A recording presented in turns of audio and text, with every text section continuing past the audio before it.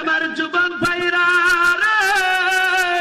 আব্দুর রহিম যখন এলাকায় primary school শেষ করলো, হাই স্কুল শেষ করলো, আব্দুর রহিমকে এবার ঢাকা ইউনিভার্সিটিতে প্রাইভেট ইউনিভার্সিটিতে ভর্তি করে দিল।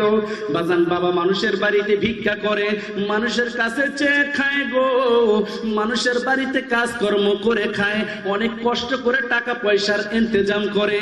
আর এই আব্দুর রহিমের বাবা প্রত্যেকদিন 1 কাপ করে চা খায়। আমাদের অনেক মুরব্বী বাবাদের অভ্যাস আছে না নাই? প্রত্যেকদিন 1টা কাপ করে চা খায় বাজান। হঠাৎ করে তার বন্ধুরা ডেকে বলে, ভাইজান রে, তুমি না প্রত্যেকদিন 1 কাপ করে চা খাইতা, এখন কেন খাও না? আব্দুর রহিমের বাবা এবার বলে, শোনো শোনো, আমার একটা সন্তান ঢাকার শহরে পড়াশোনা করে, আমি ওকে ঠিক মতো টাকা পয়সা দিতে পারি না। আমার সন্তানটা কি খায় না খায় আমি তো জানি না। আমি এই জন্য চিন্তা করলাম, আমি যে প্রত্যেকদিন 1 কাপ করে চা খাই, এই 5 টাকা করে যদি আমি এখন থেকে সেভ করি, এই টাকাটা যদি আমার আব্দুর রহিমের জন্য পাঠাইতে পারি রে, আমার আব্দুর রহিম এই টাকা দিয়ে দুধ কিনে খাইতে পারবে, ডিম কিনে খাইতে পারবে। বাজান মাস শেষে যখন টাকা পাঠাইতে যায়, হঠাৎ করে বিকাশের দোকানে গিয়া ফোন দেয়, বাবা রে, তোমার খরচের টাকা দিলাম, বেশি টাকা তো তোমাকে দিতে পারি না রে বাবা। ও বাবা, 200 টাকা দিলাম, 300 টাকা দিলাম রে আব্দুর রহিম। বাবা রে, কত কষ্ট করো, কি খাও না খাও আমি জানি না। আব্দুর রহিম, এই টাকাটা তোমাকে দিলাম রে বাবা। বাবা, এই টাকাটা দিয়ে তুমি 1 গ্লাস দুধ কিনা খাইও, বাবা ডিম কিনা খাইও। বাজান প্রত্যেক মাসে বাবা নিজের চা খাওয়ার টাকাটা বাঁচিয়ে বাঁচিয়ে সন্তানের জন্য পাঠায়। বাজান ইউনিভার্সিটি যখন শেষ করে ফেললো, সন্তানের এবার ব্যাংকে চাকরি হয়ে গেল। এলাকার সব মানুষদেরকে ডেকে ডেকে বলতেছেন, তোমরা না বলছো আমার আব্দুর রহিমকে স্কুলে পড়াইতে হবে না, দেখো আজকে আমার আব্দুর রহিম ব্যাংকে চাকরি পেয়েছে, আমার আব্দুর রহিম কত টাকা কামাবে। এখন আর মানুষের কাছে আমাদের চাইতে হবে না, আমার আব্দুর রহিম 30,000 টাকা বেতনের চাকরি পেয়েছে। এ বাবা, মা বাবা এলাকার সব মানুষদেরকে বলে গো, আমার আব্দুর রহিম যখন প্রথম মাসের স্যালারি পাবে, এই টাকা দিয়ে সারা এলাকার মানুষকে আমরা মিষ্টি মুখ করাবো। আল্লাহু আকবার, জোরে বলেন। এ বাবা, আব্দুর রহিম যখন ব্যাংকে চাকরি নিয়েছে, আব্দুর রহিমের এক কলিগের সাথে সম্পর্ক হয়ে গেছে, কাজী অফিসে গিয়ে বিয়ে করে বাড়িতে চলে আসছে। এ আব্দুর রহিম, এটা কি? বাবা, এটা তোমাদের পুত্রবধূ। নারায়ে তাকবীর, জোরে নারায়ে তাকবীর, নারায়ে তাকবীর, আল্লাহু আকবার, নারায়ে তাকবীর, আল্লাহু আকবার। তোলো তাকবীর ধ্বনি ধরায় আর একবার, বীর মুসলমান নারায়ে তাকবীর, নারায়ে তাকবীর। যে আওয়াজ শুনে ওরে মুসলমান ভয় পাইত, কাফির ও বেঈমান দৌড়ে সেই হুঙ্কার, কররে তুলপার, দৌড়ে সেই হুঙ্কার, কররে তুলপার। তোলো তাকবীর ধ্বনি ধরায় আর একবার, বীর মুসলমান নারায়ে তাকবীর, নারায়ে তাকবীর। চিৎকার মেরে বলেন আল্লাহু আকবার। আজকের মাহফিলে আপনারা আসতে পেরে খুশি না বেজার? সবাই খুশি? শেষ পর্যন্ত থাকবেন না ভাগবেন? আখিরি মুনাজাত দিয়ে সবাই যাবেন তো ইনশাআল্লাহ? তাহলে শেষ পর্যন্ত থাকবেন না কে কে? তুই হাত জায়গায় দেখান তো।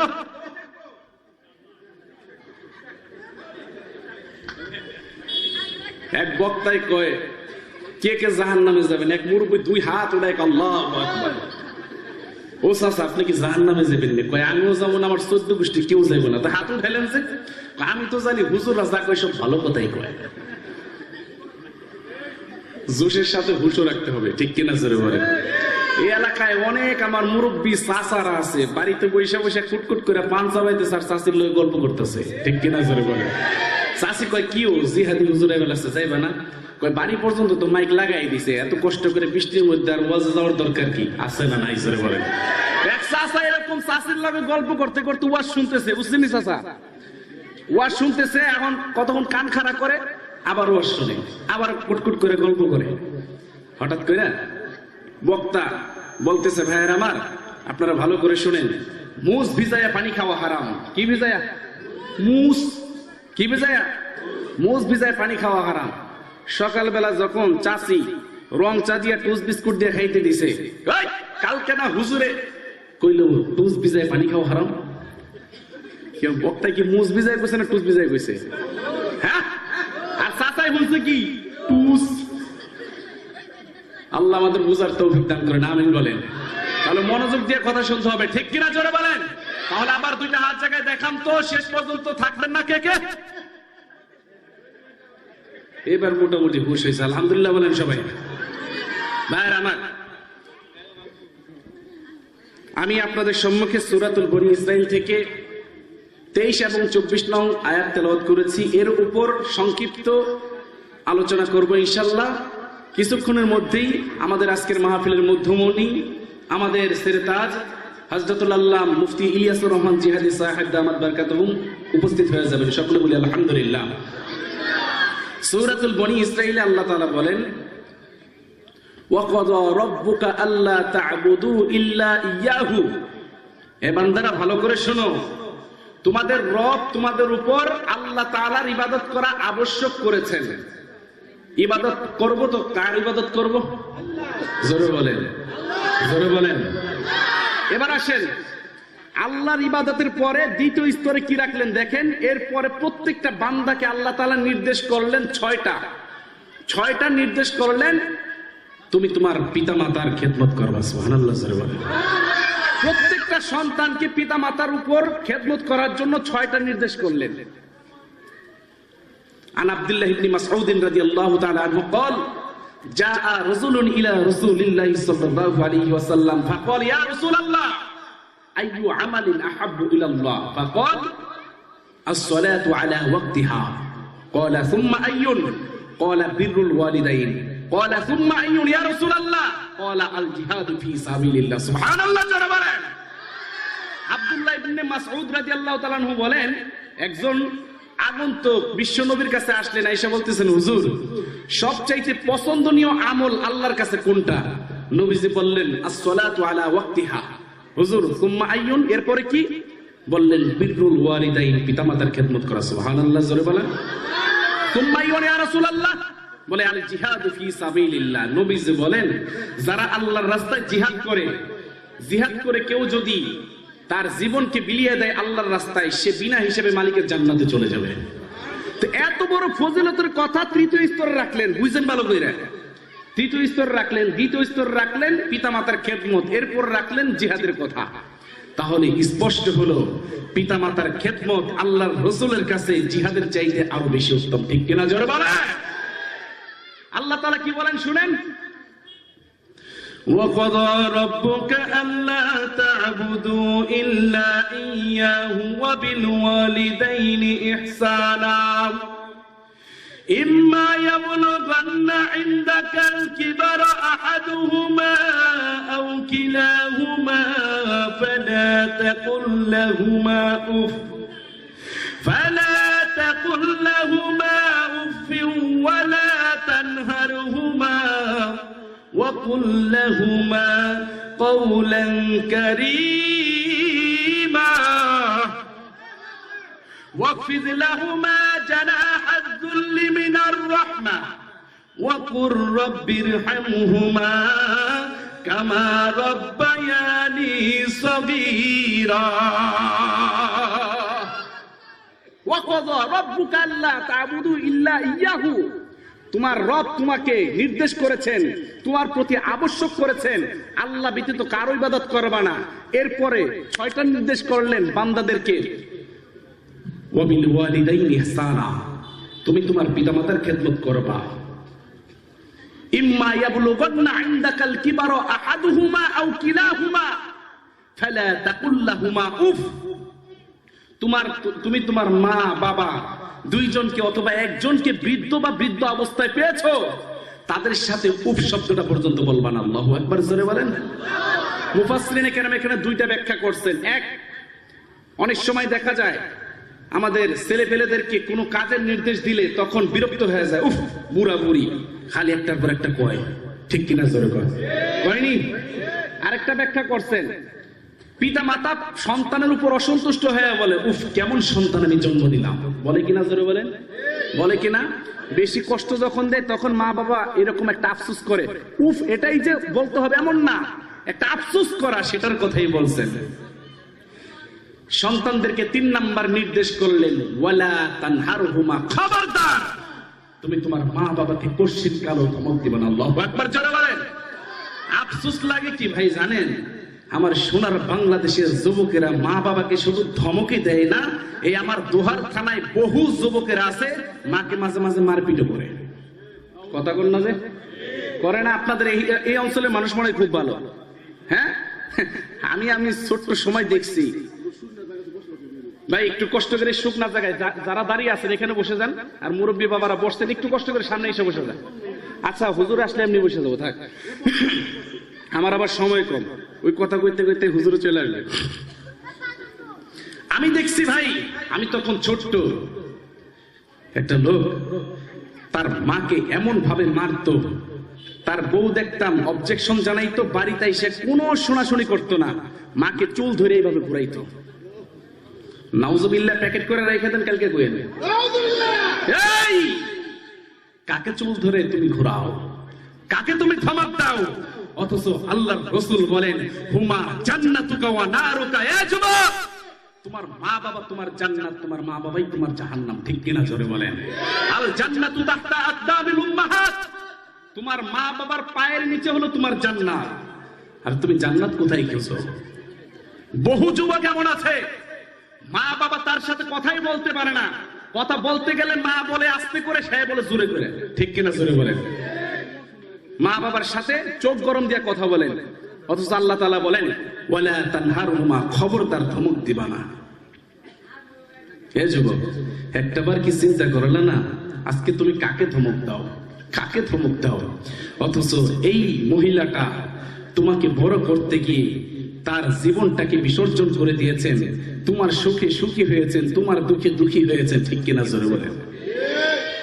যুবক ভাইরা রে, মাকে যখন কষ্ট দিতে যাও, বাবাকে যখন কষ্ট দিতে যাও, তখন তুমি মনে মনে একটাবার চিন্তা করবা,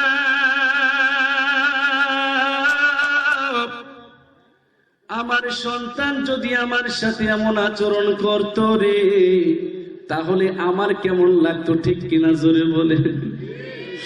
আমার যুবক ভাইরা রে, মা তোমার জন্য কত কষ্ট করলেন, বাবা তোমার জন্য কত কষ্ট করলেন। পিছনে ইতিহাসটা দেখো, এই পৃথিবীতে যত মানুষ দুনিয়াবি বাইক লাইনে উন্নত হয়েছে, সফল কাম হয়েছে, আখিরাতের লাইনে সফল কাম হয়েছে, তাদের পিছনে তাদের মা বাবার চোখের পানি আছে, ঠিক কিনা জোরে বলে। আমার যুবক ভাইরা রে, মা বাবার দোয়াটা যে এত কঠিন দোয়া, মা বাবা যখন দোয়া করে সাথে সাথে আল্লাহ কবুল করে ফেলেন। বাইতুল্লাহর ইমাম আব্দুর রহমান আস-সুদাইসি বলেন, আমি যে বাইতুল্লাহর আজকে ইমাম হয়েছি এটা আমার মায়ের দোয়ার বদৌলতে। আল্লাহু আকবার জোরে বলেন। আমার যুবক ভাইরা ভালো করে শোনো, আব্দুর রহমান আস-সুদাইসি বলেন, দুনিয়ার মানুষ শোনো, আমি ছোট্ট অবস্থায় আমার মায়ের একটা নির্দেশ অমান্য করেছিলাম। আমার মা তখন রাগ হয়ে বলছিলেন, আব্দুর রহমান রে, আল্লাহ যেন তোকে বাইতুল্লাহর খাদেম বানিয়ে দেয়। সাউন্ড আগে ঠিক ছিল, সিফন বানায় বলেছেন, আগের মতো রাখেন। তাহলে বোঝা গেল সন্তানকে দোয়া রাগ হয়ে দিলেও কবুল হয়, আবার খুশি হারাতে দিলেও কবুল হয়, ঠিক কিনা জোরে বলেন। এই জন্য তিনি বলেন, যাদের সন্তান আছে, অনেক সময় আমাদের মা বোনদের দেখা যায় সন্তান যখন অন্যায় করে ফেলে তখন কয়, তুই মরা পারস না? কয়নি। তোর চেহারা যেন না দেখি, তোরে মাটি দিন, কয়নি? কথা কয় না। তিনি বলেন এই বদদুয়া দিবেন না, এই রাগ অবস্থায় যে আপনি বদদুয়া দিচ্ছেন এটা কবুল হয়ে যাইতে পারে। আবার যখন আপনার সন্তান আপনার বদদুয়ার কারণে সে যখন কোনো ক্ষতিগ্রস্ত হয়ে যাবে তখন আপনি আমি তো কই না, ঠিক কিনা জোরে কন, আপনি আগে কাঁদবেন। সুতরাং বদদুয়া দিতে যায়েন না। রাগ অবস্থায় যদি দোয়া দেন কবুল করেন কে? জোরে বলেন কে? আল্লাহ কবুল করতে পারে। যুবক ভাইরা সংক্ষিপ্তে বলি, তোমাদেরকে একটা ঘটনা শোনাই সংক্ষিপ্তে। হুজুর চলে আসছেন, তোমাকে আমাকে লালন পালন করতে গিয়ে তোমার মা আমার বাবা তোমার বাবা কত কষ্ট করছে জানো নি গো। আজকে তুমি ঢাকার শহরে চাকরি করো, বিদেশে গিয়ে বড় অঙ্কের টাকা কামাও, পিছনের ইতিহাস দেখো তোমার মা তোমার বাবার চোখের পানি কত রয়েছে। তোমার বাবা ভিটা মাটি বিক্রি করে তোমাকে আজকে বিদেশে পাঠাইছে, আছে না না? আমার যুবক ভাইরা, আজকে বিদেশে যাওয়ার পরে তুমি টাকা পয়সার মালিক হইছো গো। এখন তোমার মা বাবাকে তোমার আর ভালো লাগে না। ফ্ল্যাট বাসায় তুমি থাকো, বিল্ডিং করছো, এখন পুরা বুড়ি পানের চিপটি ফেলায় তোমার ভালো লাগে না, বিছানা নষ্ট করে ফেলায় তোমার ভালো লাগে না। আমার যুবক ভাইরা, কোন মাকে আজকে ধমক দাও রে যুবক? অথচ দেখো এই মা এই বাবা, তুমি যদি হাজারো অন্যায় করো, তোমার মা বাবার কাছে যদি তুমি মাপ চাও, সব অপরাধ ক্ষমা করে দেয়, ঠিক কিনা জোরে বলেন? যুবক ভাইয়েরা সংক্ষিপ্তে বলি, আব্দুর রহিম নামে একটা যুবক, বলে এই যুবকটা যখন ছোট্ট তখন তার মা তার বাবা মানুষের বাড়িতে ভিক্ষা করে খায়। সন্তানটাকে মাদ্রাসায় স্কুলে পড়ায়। মানুষে বলে তোমরা এত কষ্ট করো, সন্তানটাকে স্কুলে পড়ানোর দরকার কি? হ্যাঁ হোটেলে দেয়া দাও, হ্যাঁ নিজের পেটও বাঁচলো, তোমাদের কিছু টাকাও দিল। মা কয় দেখেন আমার সন্তানটাকে আমরা শিক্ষিত বানাবো, এমন একটা সময় আসবে আমার আব্দুর রহিম অনেক টাকার মালিক হবে, তখন আমাদের আর ভিক্ষা করতে হবে না, মানুষের বাড়িতে কাজ করতে হবে না। আল্লাহু আকবার বলে বলে তুমি ইতিহাস দেখো, তোমার মা তোমার বাবা সবাই এই আশা থাকে যে আমার সন্তানটা একদিন বড় হবে, আমি আমার সন্তানের কামাই রুজি খাবো, ঠিক কিনা স্যার বলে? এটা সবাই আশা করে। বাজান আব্দুর রহিমকে স্কুলে পড়ায়, এলাকার মানুষ যখন বারবার বলে তোমার সন্তানটাকে আর স্কুলে পড়াইতে হবে না, আব্দুর রহিমের মা আঁচল দিয়ে চোখের পানি মুছে আর বলে শোনেন গো, আমার আব্দুর রহিম একদিন টাকা পয়সার মালিক হবে, তখন আমাদের আর কোনো কষ্ট করতে হবে না। আমার যুবক ভাইরা, আব্দুর রহিম যখন এলাকায় প্রাইমারি স্কুল শেষ করলো, হাই স্কুল শেষ করলো, আব্দুর রহিমকে এবার ঢাকা ইউনিভার্সিটিতে প্রাইভেট ইউনিভার্সিটিতে ভর্তি করে দিল। বাজান বাবা মানুষের বাড়িতে ভিক্ষা করে, মানুষের কাছে চেয়ে খায় গো, মানুষের বাড়িতে কাজকর্ম করে খায়, অনেক কষ্ট করে টাকা পয়সার ইন্তজাম করে। আর এই আব্দুর রহিমের বাবা প্রত্যেকদিন 1 কাপ করে চা খায়। আমাদের অনেক মুরব্বী বাবাদের অভ্যাস আছে না নাই? প্রত্যেকদিন 1টা কাপ করে চা খায় বাজান। হঠাৎ করে তার বন্ধুরা ডেকে বলে ভাইজান রে, তুমি না প্রত্যেকদিন 1 কাপ করে চা খাইতা, এখন কেন খাও না? আব্দুর রহিমের বাবা এবার বলে শোনো শোনো, আমার একটা সন্তান ঢাকার শহরে পড়াশোনা করে, আমি ওকে ঠিক মতো টাকা পয়সা দিতে পারি না, আমার সন্তানটা কি খায় না খায় আমি তো জানি না। আমি এই জন্য চিন্তা করলাম, আমি যে প্রত্যেকদিন 1 কাপ করে চা খাই, এই 5 টাকা করে যদি আমি এখন থেকে সেভ করি, এই টাকাটা যদি আমার আব্দুর রহিমের জন্য পাঠাইতে পারি রে, আমার আব্দুর রহিম এই টাকা দিয়ে দুধ কিনে খাইতে পারবে, ডিম কিনে খাইতে পারবে। বাজান মাস শেষে যখন টাকা পাঠাইতে যায়, হঠাৎ করে বিকাশের দোকানে গিয়া ফোন দেয়, বাবা রে তোমার খরচের টাকা দিলাম, বেশি টাকা তো তোমাকে দিতে পারি না রে বাবা। ও বাবা 200 টাকা দিলাম, 300 টাকা দিলাম রে আব্দুর রহিম। বাবা রে কত কষ্ট করো, কি খাও না খাও আমি জানি না। আব্দুর রহিম এই টাকাটা তোমাকে দিলাম রে বাবা, গ্লাস দুধ কিনা খায়ও, বাবা ডিম কিনা খায়ও। বাজান প্রত্যেক মাসে বাবা নিজের চা খাওয়ার টাকাটা বাঁচিয়ে বাঁচিয়ে সন্তানের জন্য পাঠায়। বাজান ইউনিভার্সিটি যখন শেষ করে ফেললো, সন্তানের এবার ব্যাংকে চাকরি হয়ে গেল। এলাকার সব মানুষদেরকে ডেকে ডেকে বলতেছেন, তোমরা না বলছো আমার আব্দুর রহিমকে স্কুলে পড়াইতে হবে না, দেখো আজকে আমার আব্দুর রহিম ব্যাংকে চাকরি পেয়েছে, আমার আব্দুর রহিম কত টাকা কামাবে, এখন আর মানুষের কাছে আমাদের চাইতে হবে না। আমার আব্দুর রহিম 30,000 টাকা বেতনের চাকরি পেয়েছে। এ বাবা, মা বাবা এলাকার সব মানুষদেরকে বলে, গো আমার আব্দুর রহিম যখন প্রথম মাসের স্যালারি পাবে, এই টাকা দিয়ে সারা এলাকার মানুষকে আমরা মিষ্টি মুখ করাবো। আল্লাহু আকবার, জোরে বলেন।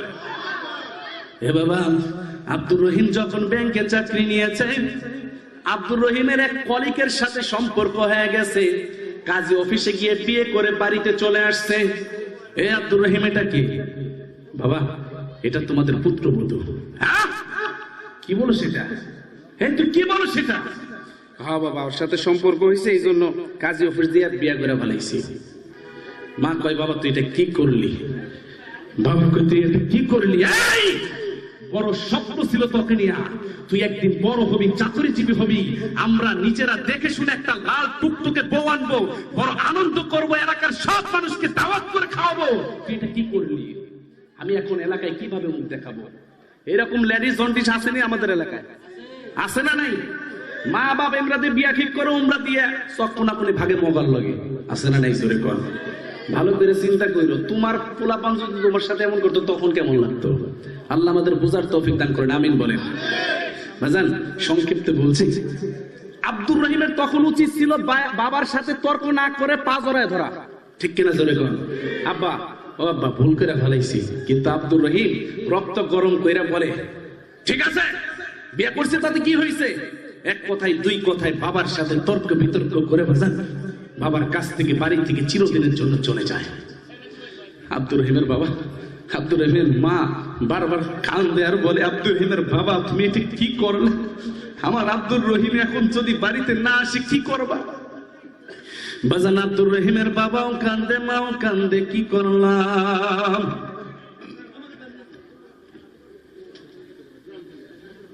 এটা আমরা কি করলাম গো? আহারে, রাগ না করিয়া যদি বুঝায় সমঝায় রাইখা দিতাম। কি করলাম, এটা কি করলাম? আমার যুবক ভাইরা, আব্দুর রহিম 1 বছর 2 বছর করতে করতে বাবা 25টা বছর চলে গিয়েছে। আব্দুর রহিম বাবা মায়ের সাথে কোনো যোগাযোগ রাখেন। আল্লাহু আকবার, জোরে বলেন নারায়ে তাকবীর, জোরে নারায়ে তাকবীর। জিহাদি হুজুরের আগমন, শুভেচ্ছার স্বাগতম দুহারবাসীর পক্ষ থেকে। আলহামদুলিল্লাহ, হুজুর আমাদের মাঝে চলে আসছেন। আল্লাহ হায়াতে বাঁচিয়ে রাখলে আপনাদেরকে অনেক বয়ান শোনাতে পারবো, যেহেতু আমি এলাকার সন্তান। তো আমাদের মাঝে হুজুর এখনই আলোচনা করবেন। ওয়া আখিরু দাওয়ানা আনিল হামদুলিল্লাহি রাব্বিল আলামিন। আসসালামু আলাইকুম ওয়া রাহমাতুল্লাহি ওয়া বারাকাতুহু। মাশাআল্লাহ, অসংখ্য ধন্যবাদ মুফতি সানি মাস্টার দোহরি সাহেব। প্রিয় উপস্থিতি, আমরা যারা সামনে দাঁড়িয়ে আছি